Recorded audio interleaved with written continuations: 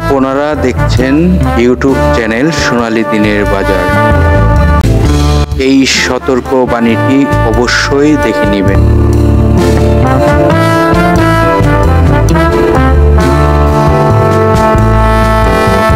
প্রিয় বিনিয়োগকারী ভাই ও বোনেরা, আজকে আপনাদের সাথে একটি স্টক নিয়ে আলোচনা করব, যে স্টকটি আমরা ইতিমধ্যেই দেখতে পারতেছি যে বাজারে একটি ভালো ভূমিকা রয়েছিল এবং এই স্টকটির গোপন একটি তথ্য আপনাদেরকে দিব, কিন্তু কখন দিব এই গোপন নিউজটি এবং গোপন তথ্যটি আপনাদেরকে দেখাবো। এবং এই গোপন তথ্যটি জানতে হলে ভিডিওটি না টেনে পুরো ভিডিওটি দেখতে হবে।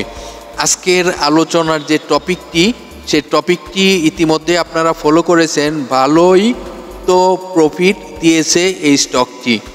দেখুন, এই স্টকটি ভালো প্রফিট দিয়েছে। এখন এই স্টকটি নিয়ে আমাদের কি পরিকল্পনা করতে হবে? এখন কি আমরা ক্রয় করব, নাকি সেল করব, নাকি এই স্টকটি নিয়ে ধৈর্য ধরব, সে সকল তথ্য কিন্তু আপনাদেরকে জানাবো। আর যে বিষয়টি বললাম, গোপন একটি তথ্য আপনাদেরকে প্রকাশ করব। দেখুন, আমরা সর্বপ্রথম গত কার্য দিবসের কিছু তথ্য আপনাদের মাঝে প্রকাশ করি। আপনারা জানেন যে ডিএসসি 100 সূচক গত কার্য দিবসে 34.45 মাইনাস হয়েছে। এর মধ্যে ডিএসসির লেনদেনের গতি যদি আমরা দেখি, তাহলে দেখতেই পারতেছি যে 311 কোটি টাকা প্লাস লেনদেন হয়েছে এবং 73টি কোম্পানি ছিল দর বাড়ার তালিকায়, দর হারার তালিকায় ছিল 268টি কোম্পানি এবং 53টি কোম্পানি ছিল যে প্রাইজে ওপেনিং হয়েছে সেই প্রাইজে ক্লোজিং হয়েছে। আমরা যদি সেক্টরের দিকে দেখি, তাহলে টেক্সটাইল সেক্টরের অল্প কয়েকটি স্টক গেনারের তালিকায় ছিল এবং এইরকমভাবে মানে সব সেক্টর, 3টি সেক্টর ছাড়া, সিমেন্ট সেক্টর, জুট সেক্টর এবং সার্ভিস সেক্টর ছাড়া সব সেক্টরে কিন্তু 2-1টি করে 5টি করে স্টক, এবং এইভাবেই কিন্তু 73টি স্টক বাজারে ভালো ভূমিকায় ছিল। এখন কথা হলো যে আজকের আলোচনার যে টপিকটি, সেই টপিকের শেয়ারটি কোনটি, সেই স্টকটি আমরা এখন আপনাদেরকে দেখাবো। দেখুন, আজকের আলোচনার যে স্টকটি সেটি ওয়াইম্যাক্স। এই স্টকটি আপনারা জানেন ইঞ্জিনিয়ারিং সেক্টরের একটি স্টক এবং এই স্টকটি আপনারা বেশ কিছুদিন যাবতেই এবং একটি শক্তিশালী ভূমিকায় রয়েছে।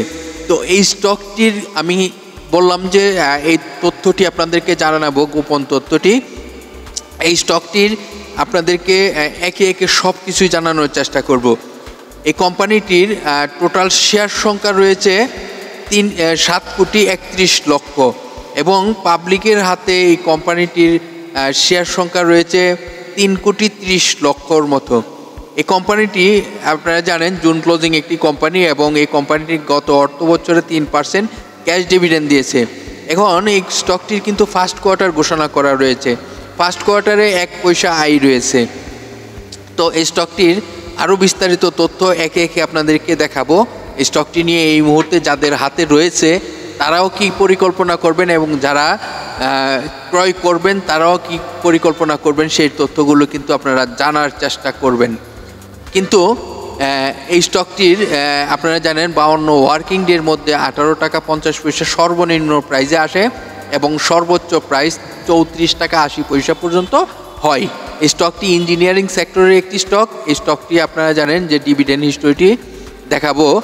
আপনারা জানেন এই স্টকটি 2017 সালে বাংলাদেশ পুঁজিবাজারের তালিকাভুক্ত হয় এবং বি ক্যাটাগরিতে তার লেনদেন চলিতেছে। এই কোম্পানিটি 2017 সালে তালিকাভুক্ত হওয়ার পর এই স্টকটি 2017 সালে 10% স্টক দেয় এবং 2018 সালে 12.5% স্টক দেয় এবং 2019 সালে 12.5% স্টক দেয়, 2020 সালে 5% স্টক দেয় এবং 21 সালে কোনো স্টক দেয় নাই, 22 সালে 1%, 24 সালে 3%। তো এই ছিল ডিভিডেন্ড হিস্টোরিটি। আর এই স্টকটি আমরা যদি শর্ট টাইম এবং লং টাইমের লোন দেখি, তাহলে ইতিমধ্যেই আমরা ফলো করতেছি যে স্ক্রিনে যে শর্ট টাইমের জন্য লোন রয়েছে এবং লং টাইমের জন্য শর্ট টাইম থেকে অনেক কম লোন রয়েছে। এই কোম্পানিটির আরও বিস্তারিত তথ্য যদি আপনারা সংগ্রহ করতে চান তাহলে আপনাদেরকে চলে যেতে হবে। তাদের একটি ওয়েবসাইট অ্যাড্রেস রয়েছে যেখানে ক্লিক করে আপনারা তাদের নোটিশ বোর্ডে আপডেট আরও অনেক তথ্য সংগ্রহ করতে পারবেন। তো এখন মূল ঘটনাতে আমরা চলে যাই, যে এই ঘটনাটি নিয়ে আমরা বিশ্লেষণ করার প্রয়োজন। আপনারা সকলেই জানেন যে আমাদের নিয়মিত ভিডিওতে আরএসআইটি আপনাদেরকে খুব সুন্দরভাবে দেখাই। 30 থেকে 70 আরএসআই স্ট্যান্ডার্ড আরএসআই, এবং আমরা 70 আরএসআই আশেপাশে সেল করব এবং লো আরএসআই থেকে আমরা ক্রয় করার চেষ্টা করব। এই স্টকটি আপনাদেরকে তার পূর্বে দেখানোর চেষ্টা করি। দেখুন এই স্টকটি কখন সে বাজার থেকে ফল করেছিল।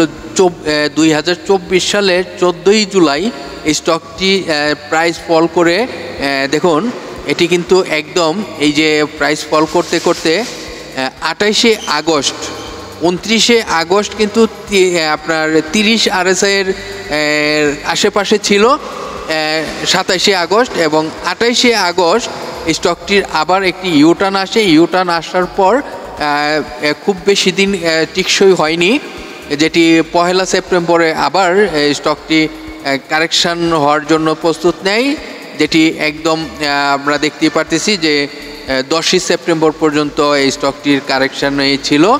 তারপর আবার কিন্তু 9ই সেপ্টেম্বর কারেকশানের পর্যন্ত ছিল, এবং 10ই সেপ্টেম্বরে কিছু হালকা টাচ করে যে বাড়ার জন্য, কিন্তু পারে নাই। দেখা গেল যে 15 সেপ্টেম্বরে কিছুটা মুভমেন্ট হয় 1-2 দিনের জন্য, আবার স্টকটি কিন্তু চলে আসে কোথায় 29শে সেপ্টেম্বর আবার কারেকশানে।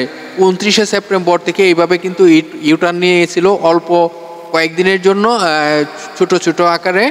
তারপর কিন্তু এইভাবে স্টকটি 21শে অক্টোবর পর্যন্ত কিন্তু 20শে অক্টোবর পর্যন্ত কিন্তু কারেকশানে ছিল। 20শে অক্টোবরের পর 21শে অক্টোবর এই স্টকটির আর একটু ভলিউম হয় এবং স্টকটির কিছুটা প্রাইস হয়। তারপর কিন্তু ধীরে ধীরে স্টকটিকে নিয়ে খেলাধুলা শুরু হয়ে গিয়েছিল, এবং এই মুহূর্তে আমরা স্ক্রিনে দেখতে পারতেছি গত কার্য দিবসে এই স্টকটি ভালো একটি ভলিউম হয়। ভলিউম যেমন হয়েছে প্রাইসও ভালো হয়েছিল। কিন্তু এখন কথা হলো এই যে স্টকটি কি বোঝা যাচ্ছে, এই স্টকটি নিয়ে আমরা কি পরিকল্পনা করতে পারি। আমরা যেহেতু জানি 30 থেকে 70 RSI standard RSI 70 RSI cross করলে স্টকটিতে রিস্ক থাকে, তাহলে এই মুহূর্তে যে সিক্রেট বিষয়টি এই ওয়াইম্যাক্স স্টকটির আরএসআই রয়েছে 72 মানে 72 প্লাস। তাহলে আমাদের এই সিক্রেট বিষয়টি ফলো করেই কিন্তু আমাদের ব্যবসা করতে হবে। এখন আপনি ডিসিশন নেবেন, পরিকল্পনা নেবেন যে আপনি কি এখানে বিনিয়োগ করবেন না আপনি এক্সিট নেবেন। তো আমার দৃষ্টিতে আমি তো আপনাদেরকে সবসময় ক্লিয়ারভাবে বোঝানোর চেষ্টা করি। তো আপনারা অবশ্যই এই বিষয়টি মাথায় রেখে পরিকল্পনা করবেন আশা করি, এবং যে কোনো সিদ্ধান্ত নিতে হলে তথ্যগুলো বারবার যাচাই বাছাই করে তারপর সিদ্ধান্ত নেবেন।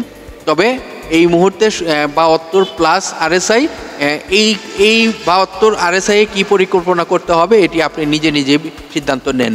আশা করি আপনারা ওয়াইম্যাক্স স্টকটির যে তথ্যগুলো আপনাদেরকে দেওয়ার চেষ্টা করেছি সেই তথ্যগুলো এই মুহূর্তে আপনাকে অবশ্যই সহযোগিতা করবে। আর এই মুহূর্তে যদি কোনো কারণবশত স্টকটি ফল করে প্রাইস, তাহলে 25 টাকাতে তার শক্তিশালী একটি সাপোর্ট রয়েছে। এখন আপনারা অবশ্যই ফলো করবেন এই স্টকটি নিয়ে কি পরিকল্পনা করবেন। আজকের মতো এখানেই বিদায় নিচ্ছি, আগামীকাল আবার আপনাদের সাথে আলোচনা করব। ততক্ষণ পর্যন্ত সকলেই ভালো থাকেন, সুস্থ থাকেন, আল্লাহ হাফেজ।